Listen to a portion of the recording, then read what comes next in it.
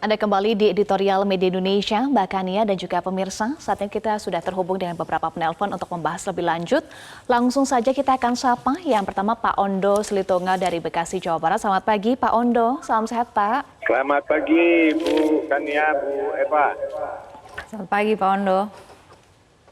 Ya, silakan Pak Ondo. Ya, Tuhan itu kata-kata Tuhan kalau dibalik menjadi hantu. Jadi hakim-hakim itu kan bertanggung jawab kepada Tuhan. Kalau ada hakim yang begini berarti hakim tersebut bertanggung jawab kepada hantu.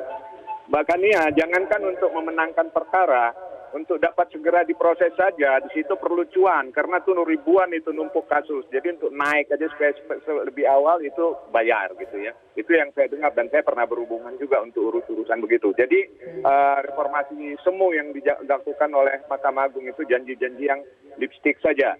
Kalau saya tidak salah, Hakim Agung tersangka tersebut sewaktu dalam prosesnya terduga ada bla bla bla di toilet. Tidak ada buktinya, akhirnya lolos. Malah setelah jadi hakim, kelihatan kekotoran beliau. Sesungguhnya darurat integritas dan moralitas sudah berlangsung di sebagian hakim-hakimnya. Hanya saja ada kalanya ada yang tercium, ada yang lolos.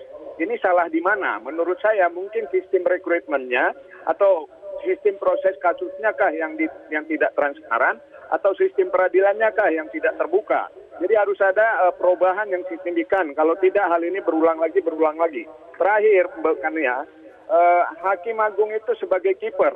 Jadi dia bukan sebagai benteng Wanipiro. Jadi takutnya benteng terakhir jadi benteng Wanipiro.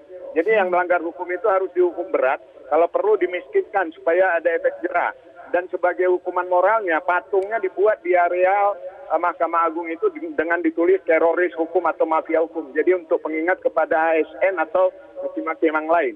Juga pengacara sebagai penegak hukum ternyata ikut membengkokkan hukum.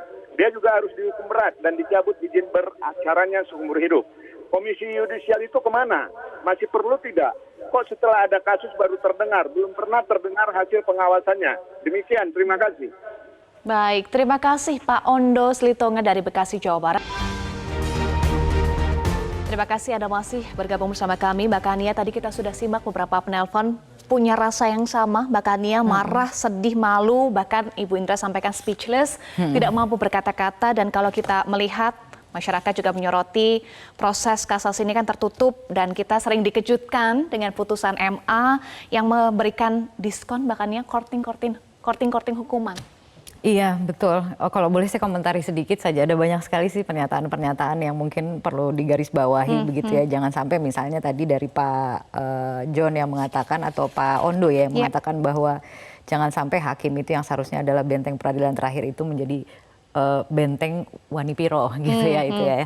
Kemudian ya artinya hal-hal seperti ini ya kalau kita melihat kan sebenarnya dari publik ataupun paling tidak ya penelpon yang masuk gitu semuanya seperti tidak terkejut sih.